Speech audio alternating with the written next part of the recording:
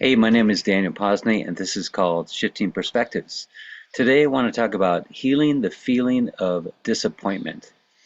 And there's a key component here about how to heal this. And the component is about staying out of the reaction of it, because the mind wants to stay in the details and how, if I were that person that was feeling disappointed all the time, it would be just this story that I just can't get out of my life.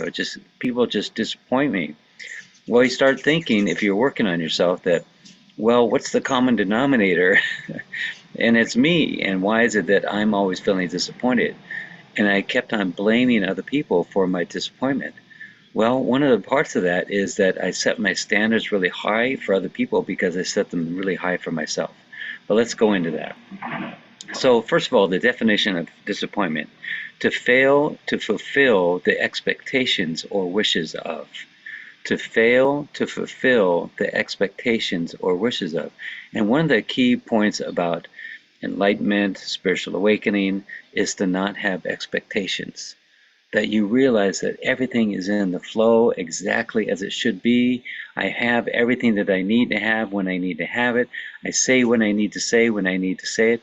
And everything that is in front of me is of my own creation. So as long as there's no resistance to what is, and there's no real need for something different than the way it is, you can have a desire for something that's better than this, but it's going to happen. So even if you have a desire about it or don't have a desire about it, it's going to happen. So the way that we stay out of disappointment, for one, is to really appreciate and acknowledge and be grateful for what we have. So that way we're right there in agreement with what is our creation. The other part of it is to imagine that this disappointment came from a place that's much earlier in your life, that maybe you disappointed someone, or you thought you disappointed someone, and you never want to have that feeling again, or someone disappointed you and you don't want to do that to other people. So there's some dynamic around there around disappointment that's been created as a story, or what I would call a wrong conclusion in your life. So let's move on. We all seem to have one or more, quote, themes in our life that we're working on. And in an intimate relationship, we'll have this compatible theme with the other person. When I was in a relationship when someone didn't have trust, invariably I couldn't do enough to create trust with that person. In fact, I would screw up that trust by making mistakes that looked like I wasn't trustworthy, but I couldn't help it. And so that would put me on the edge of, oh my gosh, I don't want to do anything that someone would distrust me for. So I wasn't in my flow. So my dynamics with her dynamics just fit this whole picture. Like with the disappointment, if someone's with you that is in a disappointment theme, then you're going to feel like you can never do enough. They're never going to be satisfied because they're always going to be disappointed. But that's the theme that you bring into the relationship. So it's this amazing, perfect, beautiful match that the only way that we see its perfection is to come out of the reaction of this.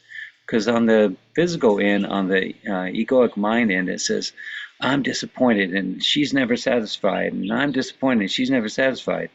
And it gets to be this story that you think is real. But actually, if you think of it again as that consciousness holodeck, that I'm in the place of disappointment, I'm in the room of disappointment, and I'm not going to be able to create anything that doesn't have some element of disappointment in it. And if I'm in the room of not being enough and never being appreciated or acknowledged, I'm always going to meet with this disappointment about me, or at least have that experience of that. Let's move on. So if your partner's theme is distrust, you will have the theme of not feeling worthy or trustworthy. If your partner's theme is disappointment, you have the theme of never being enough or always disappointing someone. So some of the things that we could do to help combat that in an unhealthy way is that we never do anything. We get into this low profile, like we're just going to not say anything, not have an opinion, not do anything, so we don't make any mistakes. And one of the things that I would do is not complete things. So that way I couldn't say that I failed it or I messed up because I never completed it. It all makes a lot of sense. And sometimes you both have the theme of not being heard. And what happens with that dynamic? Imagine one person having the theme of not being heard and the other person have the same theme. They're going to talk over each other, and they're going to both feel like the other person not hearing them, so they'll talk louder. And the other person is going, this person's talking so loud, I got to talk louder than them, or I got to overcome this, and I got to talk over them. So it becomes this battle. And what happens is your throat starts getting out of whack, and you get thyroid issues, and your throat chakra goes out of balance.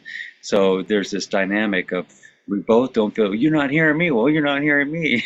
So the healing part of that is for both people to stay out of the reaction of what they feel is this experience and start working on themselves to heal and integrate not being heard, and realize that not being heard has nothing to do with their adult life.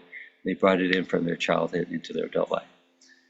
So it may be that this dynamic is not destructive in your relationship, or you think it's not a big deal, or that you're even aware of it in every day. But at the core of any of your triggers, there's probably this dynamic meaning that there's this theme of yours that's meeting the theme of his or hers, and you kind of play off each other. It's like, when I think about it, I think about compatible colors, how this color goes with that color. Your dynamic goes with her or his dynamic, and it just kind of meets in this thing. And if we are not doing any work around it, it would just be this thing, this thing came up for me again, I can't get rid of it. But when we start looking at ourselves and we come out of the reaction, we start looking at this dynamic. Wow, if I'm living in this theme, if this theme is part of my reality, how can I get away from it? Everything that I start to create and work through and talk about is just going to have that theme. So the work is to realize that there is a theme going on. And what I needed to do is I needed to put it into a list of all my themes. Guilt, obligation, not feeling worthy, not feeling appreciated, not being acknowledged, all that stuff. So and insecurities around all that. So if I had a list of myself, then I could get really clear in the moment. Oh, how am I feeling? Oh, I'm feeling not being heard. I'm not feeling acknowledged. Oh, isn't it wild that I meet someone that's also in some other way not feeling heard? So not feeling acknowledged, not feeling heard is kind of in the same path. So you start to realize and you go, oh, oh my gosh, I've got something here. And it gets exciting to be able to look at it so clearly and see that it's all energy. It isn't a real tangible thing that is just you. It's not just reality. It's an energy that you have been a part of. And it's been it's in your cells, it's in your psyche, it's in your consciousness. All right. So again, just want to reiterate this last part. So if you're the one that is in this not feeling heard or something. So, or let's say that you're the one that's being the disappointed one. Part of your solution and part of your healing is around your own self-judgment, because you're disappointed with people and with experiences because you have these expectations. And you're judging this experience or this person that it needs to show up a certain way. And what's playing on in your mind or in your programs is, if I were to do this, I would do this perfectly, or I would need to do this perfectly, and I would do it this way. And so if someone doesn't do it that perfect way, then you have judgment against them. And if you don't meet your own expectations, now you've got judgment and you've got disappointment. So really, the disappointment of others is just disappointment with yourself. And that's why you're such a perfectionist. That's why you have to do everything so perfectly. And you don't find you think that you're happy, but you're waiting for the next thing that you could perfect or that you could work on and cultivate this disappointment. But if you were just to have some time and just be in appreciation and gratitude for what was around you, and not need anything else because everything that you need is right here in front of you, that would be part of your work, and you'd be much happier. But if the partner is doing this, if our partner's on the other end of this, then it's when you heal your reaction, when you feel your partner is disappointed with you. So that plays into I'm not enough, and I'm never appreciated, never acknowledged, I'm a victim, that kind of thing. That's the part that you need to heal. So you see how those two dynamics are this perfect match for each other, but it's not It's not a problem because of the relationship. It's not a problem because of the person. It's not a problem that needs to be fixed in the relationship. It's a problem because that's the energy that you've been in. That's the energy that you brought to the relationship, which is a great insight because then you realize it's not the other person is bad or wrong. It's not you that's bad or wrong. It's not the relationship that's messed up. It's just that you've been playing in this energy that's attracted the same energy. When you see it as just energy, it's so liberating. That's something that you can work on to heal that energy.